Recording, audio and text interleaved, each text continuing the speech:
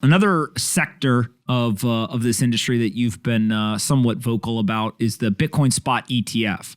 Now, for years, we had no ETF in the United States. We basically had these publicly traded trusts. Other jurisdictions around the world, they went ahead and they've approved ETFs, ETPs, ETNs, the whole alphabet soup.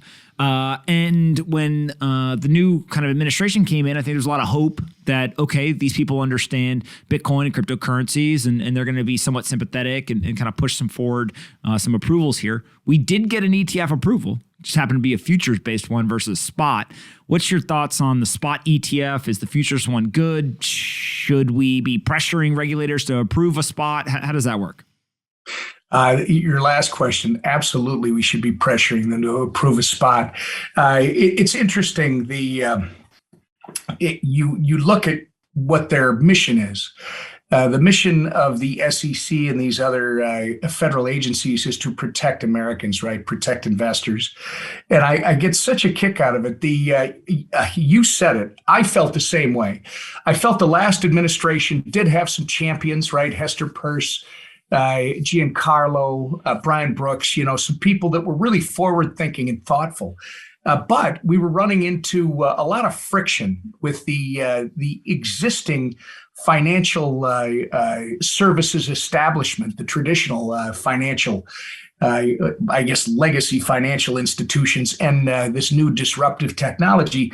So I thought when we had a change of administrations, just like you brought up, Pomp, I thought we were going to have some new thought coming in. And frankly, it's been as difficult or more difficult. And Gary Gensler is one of the villains, if you will, of the current theater production that is this administration and their approach towards cryptocurrencies and other financial instruments in this new digital age. It's you talk about the spot ETF.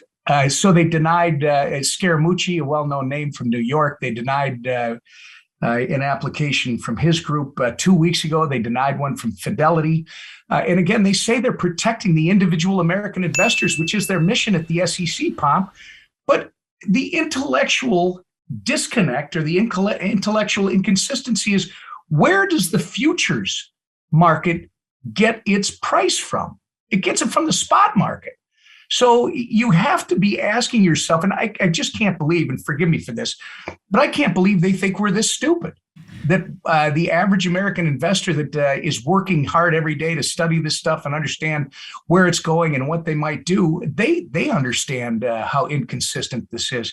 And now, rather than starting to work with us, and we're going to continue to put pressure on them, now they want to take it a step farther. I think the nuns at Our Lady of Grace would have said farther or further. Can't remember. But they want to take it a step farther by changing the definition of an exchange so that it's not just facilitating a sale, facilitating a deal, but now it's putting sellers and buyers together. Think about that, Pom.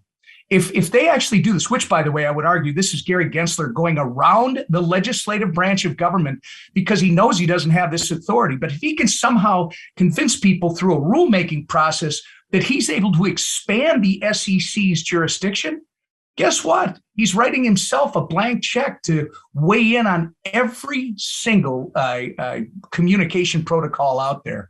That's why I think it's really important for members of Congress, people with election certificates, to get up to speed and, more importantly, to lean in hard.